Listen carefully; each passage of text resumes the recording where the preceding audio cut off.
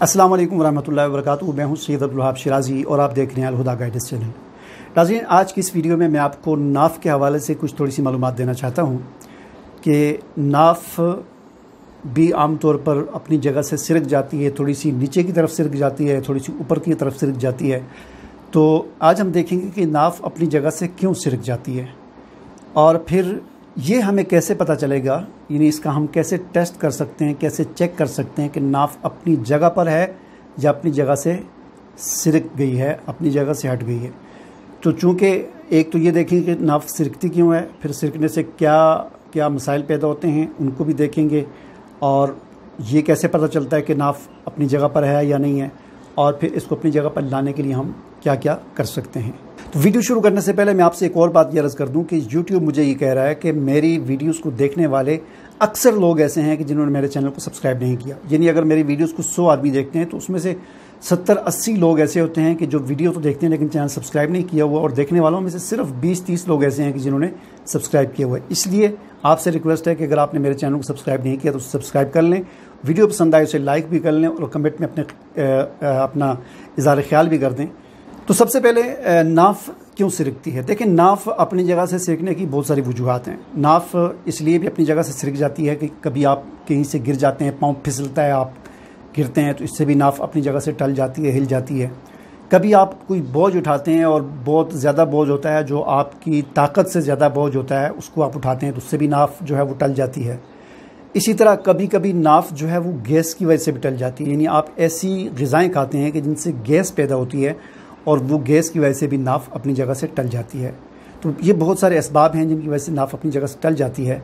तो अब जब नाफ टल जाती है तो कभी ऊपर की तरफ टलती है, कभी नीचे की तरफ। अगर ऊपर की तरफ टल जाए तो इससे इंसान का निज़ाम इन्हिज़ाम, हज़म का निज़ाम बिगड़ जाता है, पेट में मरोड़ होती है, और फिर ये आम जो अद्वियात हम खाते हैं उससे ये मसला ठीक नहीं होता, और हम परेशान होते हैं कि जी हमने फ़लाँ डॉक्टर से भी दवाई ली, फ़लाँ डॉक्टर से भी, फ़लाँ हकीम से भी इतनी दवाइयाँ खा ली, लेकिन मेरा निज़ाम ठीक नहीं हो रहा। असल में वो क्या होता है, नाफ आपकी अपनी जगह से हिली हुई होती है। तो अब हमें कैसे पता चलेगा, तो उसके 3 तरीके हैं जिनसे आप बड़ी आसानी के साथ ये जान सकते हैं कि नाफ अपनी जगह पर मौजूद है या नहीं है।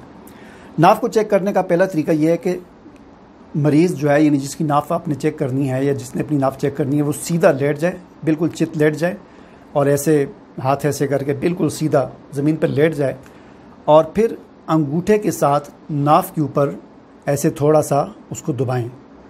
तो आपको वहाँ पर हल्की सी थरथराहट महसूस होगी, वाइब्रेशन महसूस होगी, या धड़कन जैसे हम कहते हैं, जिस तरह दिल की धड़कन होती है ना, इस तरह हल्की हल्की वाइब्रेशन, थरथराहट महसूस होगी। अगर ये थरथराहट, वाइब्रेशन और धड़कन आपको महसूस हो रही है नाफ वाली जगह पर, तो इसका मतलब ये है कि नाफ अपनी जगह पर ठीक है। अगर ये वाइब्रेशन, थरथराहट वहाँ पर नहीं है तो इसका मतलब ये है कि नाफ अपनी जगह पर नहीं है, बल्कि नाफ टल गई है। एक तरीका तो ये हो गया। दूसरा तरीका इसका ये है कि सीधा इसी तरह लिटा दें मरीज़ को, और उसके बाद एक धागा लें, धागे के साथ नाफ से लेकर जो पिस्तान का जो निपल है वहाँ तक पैमाइश करें। यानी धागे का एक सिरा नाफ में रखें और दूसरा पिस्तान के निपल तक ले जाएं। एक तरफ पैमाइश करें और दूसरी तरफ पैमाइश करें। अगर दोनों तरफ बिल्कुल पैमाइश बराबर हो तो इसका मतलब ये होगा कि नाफ अपनी जगह पर ठीक है। अगर फ़र्क हो, एक तरफ ज़्यादा धागा लग रहा हो और एक तरफ कम धागा लग रहा हो, तो इसका मतलब ये होगा कि नाफ अपनी जगह से आगे पीछे हो गई है, टल गई है। ये दूसरा तरीका हो गया। तीसरा तरीका नाफ को चेक करने का ये है कि जिसकी नाफ चेक करनी हो उसके दोनों हाथों को इस तरह मिलाएं। इस तरीके से मिलाएं कि ये जो कलाई की ये जो लाइनें होती हैं, ठीक है ना, ये दोनों हाथों की लाइनें बिल्कुल अपने आमने सामने आ जाएं। ठीक है, आमने सामने आने के बाद इस तरह मिलाएं, और ये उंगलियों को भी बिल्कुल, ये छोटी जो उंगलियां ख़ास तौर पर, इनको भी आपस में एक दूसरे के सामने लाएं, और ये कलाई की लकीरें बिल्कुल एक दूसरे के आमने सामने हों। और फिर ये छोटी उंगली की लकीरों को देखें कि अगर ये छोटी उंगली की लकीरें, अगर तो ये तीनों लकीरें बिल्कुल एक दूसरे के बराबर में आमने सामने हैं तो इसका मतलब ये होगा कि नाफ ठीक है। और अगर इन छोटी उंगलियों की लकीरें थोड़ी सी आगे पीछे हैं, बराबर नहीं आ रही, तो इसका मतलब ये होगा कि ये नाफ टली हुई है। तो ये तो 3 तरीके हो गए जो नहायत आसान है, हर बंदा इस तरीके से अपनी नाफ या किसी की नाफ को चेक कर सकता है। अब सवाल पैदा होता है कि नाफ टल जाए तो उसका हल क्या है। तो उसके भी फिर मुख्तलिफ़ तरीके हैं। सबसे पहले तो एक जो है वो आपको मैं दम बता देता हूँ।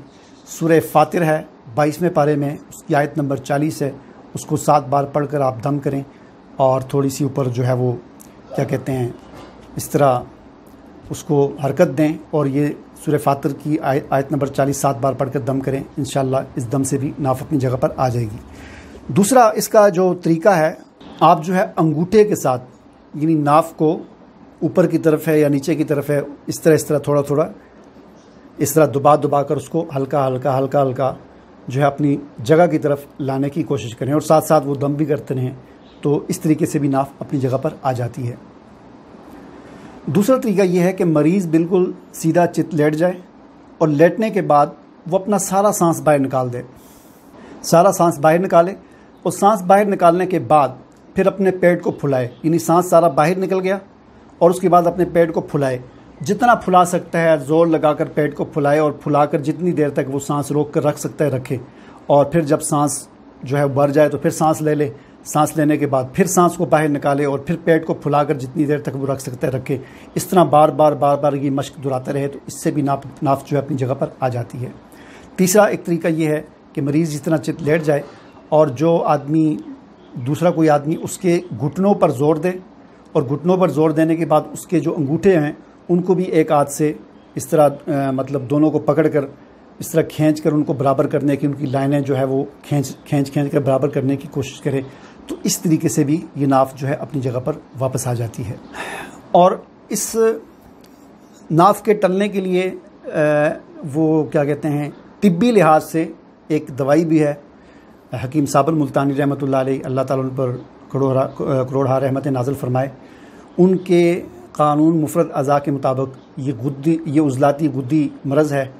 तो इसके लिए तरियाक़ मैदा जो है ये आप सुबह शाम आधी चम्मच जो है वो इस्तेमाल करें। तरियाक़ मैदा क्या है? बहुत आसान सा नुस्खा है, हर घर के अंदर मौजूद होता है। पुदीना, अजवैन और गंधक आंवला सार। पुदीना 100 ग्राम ले लें और अजवैन 50 ग्राम और गंधक आंवला सार 50 ग्राम।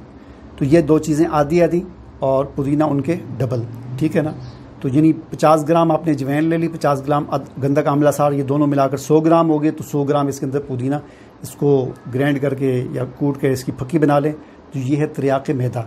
ये तरियाक़ मैदा सुबह शाम इस्तेमाल करें, इंशाअल्लाह इससे भी आपकी नाफ वापस अपनी जगह पर आ जाएगी। उम्मीद है नाफ के बारे में ये मालूमात आपको पसंद आई होंगी। मुझे इजाज़त दीजिए, अल्लाह हाफ़िज़।